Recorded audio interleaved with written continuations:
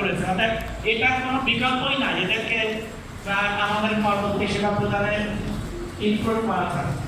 জাতীয় গুরুত্ব বিবেচনায় প্রায় 70 লক্ষ কোভিড-19 টিকা প্রদান করা হয়েছে, যেটা আমাদের এই প্রকল্পের একটা বিশেষ অর্থ।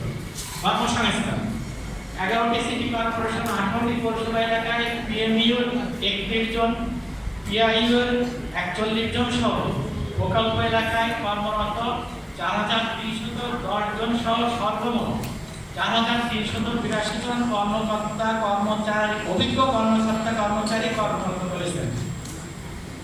আর্থসামাজিক সুফল প্রকল্পের মাধ্যমে প্রদত্ত প্রাথমিক স্বাস্থ্যসেবা কার্যক্রম সিটি কর্পোরেশন, পৌরসভা, এশিয়া উন্নয়ন ব্যাংক, নগরবাসী, সুশীল সমাজ সহ বিভিন্ন স্টেকহোল্ডার কর্তৃক প্রশংসিত হচ্ছে।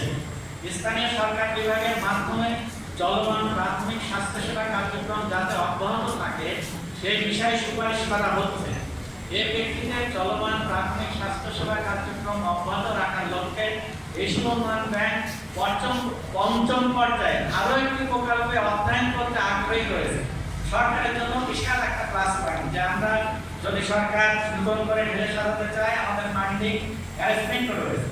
প্রেক্ষাপট নগর এলাকায় প্রাথমিক স্বাস্থ্যসেবা নেটওয়ার্ক ও কার্যক্রমের অপর্যাপ্ততা থাকার কারণে শহরবাসী, বিশেষত দরিদ্র মানুষ অত্যাবশ্যকীয় স্বাস্থ্যসেবা থেকে বঞ্চিত। এই প্রেক্ষাপটে নগরবাসী, বিশেষত দরিদ্র জনগোষ্ঠীকে স্বাস্থ্যসেবা প্রদানের লক্ষ্যে স্বাস্থ্য পরিবার কল্যাণ মন্ত্রণালয়ের পাশাপাশি 1998 সাল থেকে এডিবি সহ অন্যান্য উন্নয়ন সহযোগী সংস্থার মাধ্যমে অর্থায়নে স্থানীয় সরকার বিভাগের অধীনে আরবান প্রাইমারি হেলথ কেয়ার প্রকল্পের মাধ্যমে নির্বাচিত সিটি কর্পোরেশন ও পৌরসভা এলাকায় প্রাথমিক স্বাস্থ্যসেবা কার্যক্রম চলমান রয়েছে। বিভাগের সম্মতি এগুলি কিছু কোনো কিছু আমাদের মতো করে না, সরকারি ব্যবস্থাপনায় সরকারি সম্মতিতে সরকারের আদেশেই হচ্ছে। অর্থাৎ এটাকে বিচ্ছিন্ন বিক্ষিপ্তভাবে দেখার কোনো সুযোগ নাই। মন্ত্রিপরিষদ বিভাগের সম্মতি সিটি কর্পোরেশন ও পৌরসভা এলাকায় প্রাথমিক স্বাস্থ্যসেবা স্থানীয় সরকার বিভাগের মাধ্যমে পরিচালনার বিষয়ে মন্ত্রিপরিষদ বিভাগের সম্মতি রয়েছে।